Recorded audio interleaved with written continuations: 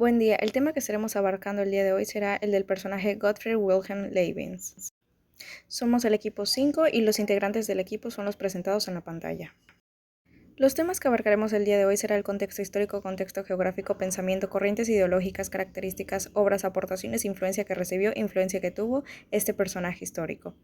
Iniciaremos con el contexto histórico. Nació el 1 de julio de 1646 en Leipzig, Alemania, y falleció el 14 de noviembre de 1716 en Hannover. Fue un filósofo, físico y matemático que influyó de manera importante en el desarrollo de la ciencia moderna, el fundador de la lógica matemática moderna. Además, uno de los mayores intelectuales del siglo XVII, y el periodo de vida de este personaje se sitúa en la época de la Edad Media en sus años finales, puesto que diferentes ideas empezaban a surgir y a revolucionar los distintos ámbitos de la vida humana, mediando con un régimen poco democrático y menos liberal como el absolutismo. Ahora pasando a su contexto geográfico. En el año de 1661 comenzó a formarse en los derechos de la Universidad de Leipzig, donde se interesó especialmente por los hombres que habían protagonizado las primeras revoluciones científicas y filosóficas de la Europa moderna. Leibniz además vivió en París entre 1672 y 1676, viajando 2 veces a Inglaterra y entrando en contacto con los mejores científicos de la época. Además, durante 1673 se trasladó a París, donde pasó 3 años y además visitó Ámsterdam y Londres, donde se dedicó al estudio de las matemáticas, la ciencia y la filosofía. Para 1676 trabajó como bibliotecario y consejero privado en la corte de Hannover, y hasta la fecha de su fallecimiento estuvo al servicio de Ernesto Augusto, duque de Brunswick-Lüneburg. Más tarde, elector de Hannover, y Jorge Luis, elector de Hannover, después Jorge I, rey de Gran Bretaña. Estudió Derecho y Filosofía en las universidades de Leipzig y Altdorf, donde le fue ofrecida una cátedra universitaria cuando tenía 21 años. La rechazó, dedicándose a viajar por diversas ciudades alemanas, en algunas de las cuales ejerció el cargo de juez, al ser doctor en Derecho. Después de realizar varios viajes por distintos lugares de Europa y de haber conocido a los filósofos más representativos de la época, Leibniz estableció una Academia de las Ciencias en Berlín en 1700, donde tuvo una actividad constante. Ahora pasaremos a conocer el pensamiento de Leibniz. El concepto central de la filosofía de Leibniz son las mónadas. Todo su edificio conceptual está constituido sobre esta palabra griega que hace referencia a una unidad no divisible, monos de uno. Si Descartes estableció una diferenciación entre la materia o res extensa y el espíritu que reside en el alma, Leibniz concibe que las mónadas como sustancias simples e inextensas, no divisibles, y lo cito, son los elementos de las cosas. Esto es lo que diría. En una carta de 1714 a un amigo llamado Raymond, poco antes de su muerte, señala que las mónadas son sustancias simples y las únicas verdaderas, mientras que las cosas materiales no son más que fenómenos, aunque bien fundados y coordinados. Además, las mónadas son eternas e indestructibles, ya que han sido creadas por Dios y son de naturaleza espiritual. Además, Leibniz sostiene que las mónadas son pura fuerza, origen y causa eficiente del movimiento. Ello explica tanto el afán de conocimiento de los hombres como el permanente cambio que perciben nuestros sentidos, y a la vez las mónadas son parte integrante de un todo, por lo que solo pueden ser comprensibles en el marco de una totalidad que puede ser reflejada en cada uno de los elementos. En este sentido, las cosas son a la vez únicas y plurales. Además, Leibniz sostendrá que vivimos en el mejor de los universos posibles porque Dios en su infinita sabiduría y bondad nos podría haber hecho otra cosa. Se puede llegar a la conclusión de que a pesar de las apariencias, su teoría de las monadas concluye con la idea de la sustancia única de Spinoza. Es verdad que Leibniz salva la pluralidad de los entes que niega su colega, pero ambos coinciden en que el mundo material y los fenómenos, sea cual sea su naturaleza, son la consecuencia de una voluntad divina que impregna el ser. Lo real existe a modo y semejanza de Dios, porque las monadas son parte de un todo creado por el Ser Supremo. Ese todo de Leibniz se parece mucho a la sustancia de Spinoziana, de lo que se deduce que ambos llegan al mismo final por distintos caminos. Ahora pasaremos a conocer las características de su época y al igual sus corrientes. Iniciaremos con la cultural. Este filósofo hizo importantes contribuciones a la metafísica, epistemología, lógica, filosofía de la religión, matemática, física, geología, jurisprudencia e historia. El filósofo afirma que todo ocurre porque existe una razón suficiente para que suceda así, y no de otra manera. Las monadas son formas del ser substanciales, eternas, indivisibles, individuales, sujetas a leyes. No se comunican entre ellas y cada una es un reflejo de todo el universo en una armonía preestablecida. Son sustancias simples, sin extensiones, el primer accidente de la materia, y cada una de ellas es una sustancia espiritual con apetitos. Ahora pasaremos a lo social. Leibniz defendió que la complejidad del razonamiento humano produce y podría traducirse a la vez al lenguaje de los cálculos, y que, una vez comprendido, los podíamos ver como una solución para resolver diferencias de opinión y argumentaciones. Pasando a lo político, la filosofía política leibniziana se distingue pues de una filosofía política liberal, ya que no se preocupa o lo hace muy poco por la distribución del poder. Ahora, si nos vamos al lado económico, en la época medieval el sistema económico se basaba en la agricultura bajo una forma feudal, La realeza, nobleza y clero poseían tierras que los campesinos, que representaban el 80% de la población, se encargaban de cultivar. Ahora, si nos vamos al lado educativo, Leibniz promovía la educación experimental, ensayista, crítica, reformuladora, activa, y aconsejaba leer algo inevitablemente, escribir todas las observaciones personales de estas. Ahora, si vemos la parte artística, la crítica del conocimiento claro y distinto cartesiano conduce a Leibniz a una posición epistemológica bastante compleja, ya que a pesar de compartir con el cartesianismo que las percepciones de los sentidos como los colores o los olores son confusas, es la percepción sensible la que da acceso a la infinita complicación del mundo real, aunque el conocimiento que tengamos del mismo sea confuso y permanezca quizás en algunos ámbitos siempre confuso. Ahora bien, viendo la parte pedagógica, en el campo de la pedagogía, Leibniz, en oposición del empirismo, muestra una reivindicación del concepto aristotélico de que el saber está virtualmente en nosotros. Como pedagogo, llega a establecer que la educación lo puede todo, hasta hacer bailar a todos los osos, y anotó al respecto, y lo cito: lo peor de la educación es un estudiante que no sabe estudiar, porque lo peor es un maestro que, porque no sabe observar, no sabe ser maestro. Esto es lo que podemos ver del lado pedagógico. Ahora, del lado religioso podemos ver que Leibniz es conocido por haber sostenido que Dios ha creado el mejor de los mundos posibles. Para Leibniz, la religión es sobre todo un culto que se da a una realidad que califica de potencia invisible. Esa realidad a la que se da culto es evidentemente Dios, que para Leibniz, antes que sabiduría o amor, es potencia.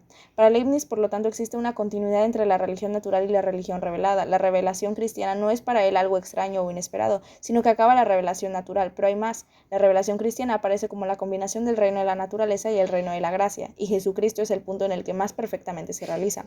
En efecto, en la naturaleza hay que, para Leibniz, dos reinos perfectamente armónicos: el reino de los cuerpos y el reino de las almas. Ahora iniciaremos viendo las obras que tenemos de este gran filósofo. Iniciaremos diciendo que Leibniz escribió esencialmente en tres hablas: el latín escolástico, el francés y el alemán. En su vida divulgó muchos folletos y artículos ilustrados, pero solo un dúo de obras filosóficas: el arte combinatorio y el Teódice. Ahora las vamos a desglosar una por una. El Teódice. Este fue el único libro que publicó durante toda su vida y fue publicado en 1710, y su nombre completo es Ensayo de Teodicea sobre la bondad de Dios, la libertad del hombre y el origen del mal. Es el estudio racional leibniziano de Dios, con el cual trata de justificar la bondad divina aplicando principios matemáticos en la creación. Ahora tendremos nuevos ensayos sobre el entendimiento humano.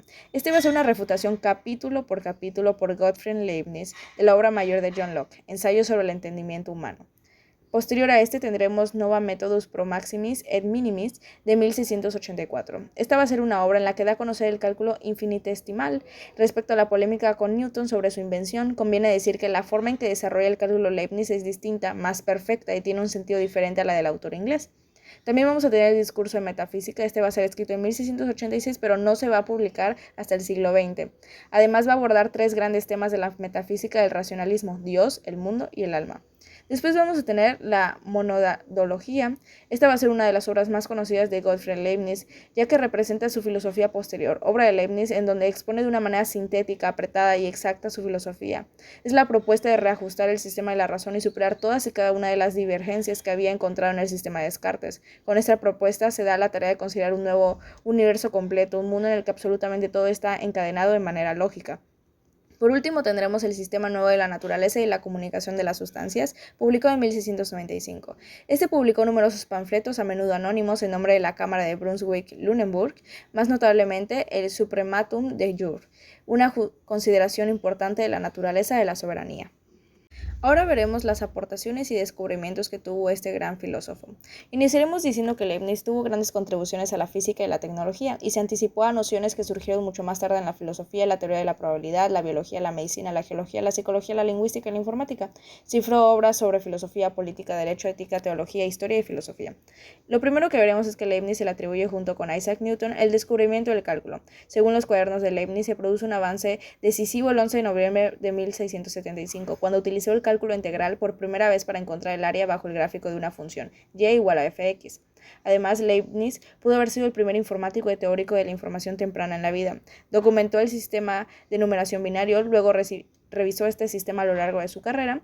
Además que Leibniz propuso un método universal para conocer, crear y entender la profunda unidad del universo, la Scientia Generalis, y también la creación de un lenguaje perfecto para realizar el razonamiento por medio de cómputos simples, la lingua caracterica. Leibniz además se bautizó en uno de los inventores más fructuosos en el campo de las calculadoras mecánicas. Mientras se ocupaba en añadir la multiplicación y división mecánica a la calculadora de Pascal, fue el primero en representar una calculadora de molinete en 1685 e ideó la rueda Leibniz, manejada en aritmómetro, la primera calculadora mecánica traída en serie. Ahora pasaremos a ver la influencia que recibió este filósofo. Algunos de los tutores de Christian Huygens fueron el mismo Descartes, quien se sorprendía de la facilidad con la que el alumno comprendía los complejos conceptos de la geometría, y también Jan Jansz de John Stepion, uno de los más brillantes matemáticos holandeses. A partir de los 16 años, su formación continuó en la Universidad de Leiden, donde aprendió matemáticas y derecho. El matemático Frans van Schut fue uno de los tutores de Christian Huygens. La disposición escolástica y aristotélica de su mente revelan la fuerte influencia de uno de sus profesores en Leipzig, Jacob Thomasius, quien supervisó además de su tesis de grado. Leibniz también leyó vorazmente a Francisco Suárez, el jesuita español, respetado incluso en las universidades luteranas. Ahora pasaremos a ver la influencia que tuvo Leibniz hacia otros filósofos. Iniciaremos con Immanuel Kant. Sobre la teoría del conocimiento de Leibniz sostuvo que el conocimiento se adquiere a través de la percepción y la razón. Entonces Kant cambiaría estas ideas en su teoría del conocimiento, argumentando que el conocimiento humano se basa en la experiencia sensorial y la razón, y que la mente se activa en la construcción de la realidad que percibimos. A pesar que Kant fue muy influenciado por Leibniz, también tuvo críticas y desacuerdos con algunas de sus ideas. Kant criticó la teoría de las monedas de Leibniz, mónadas, y su idea de que cada entidad en el universo es una mónada indivisible. Kant también rechazó la idea de Leibniz de que Dios creó el mejor de todos los mundos posibles, argumentando que la existencia del mal en el mundo contradice esta idea. Segundo tendremos a Charles Babbage. Charles Babbage, considerado como uno de los padres de la informática, fue influenciado por las ideas de Gottfried Wilhelm Leibniz en la creación de su máquina analítica. Babbage se encontró con el trabajo de Leibniz en la creación de una máquina capaz de realizar cálculos complejos. Leibniz había desarrollado la idea de una máquina de calcular en el siglo XVII, y Babbage se inspiró en estas ideas para crear su propia máquina. También estuvo influenciado por la idea leibniziana de que la matemática era la clave para comprender el universo y que las máquinas podrían ayudar a los seres humanos a realizar cálculos complejos con mayor precisión y velocidad. En tercer lugar tendremos a Leonhard Euler. Euler fue influenciado por la idea de Leibniz sobre el cálculo infinitesimal y la notación diferencial. Euler desarrolló su propia notación de cálculo que se basó en la notación de Leibniz, pero que era más fácil de usar y más expresiva. Leibniz también influyó en la forma en que Euler abordó la teoría de los números y la teoría de las funciones complejas. Euler sacó la notación de Leibniz para desarrollar la teoría de las funciones complejas y también se basó en las ideas de Leibniz en su trabajo sobre la teoría de los números. E incluso también se interesó por la filosofía de Leibniz y su concepción del universo como un sistema ordenado y armonioso. De hecho, Euler escribió varios ensayos sobre filosofía y teología en las que se inspiró en las ideas de Leibniz.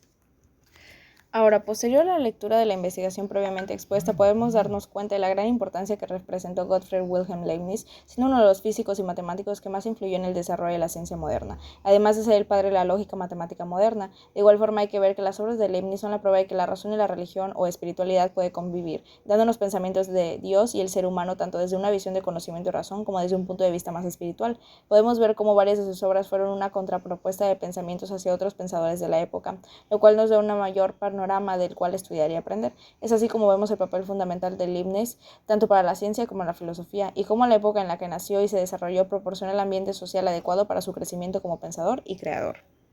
Aquí les dejamos a continuación las referencias que fueron empleadas para esta exposición.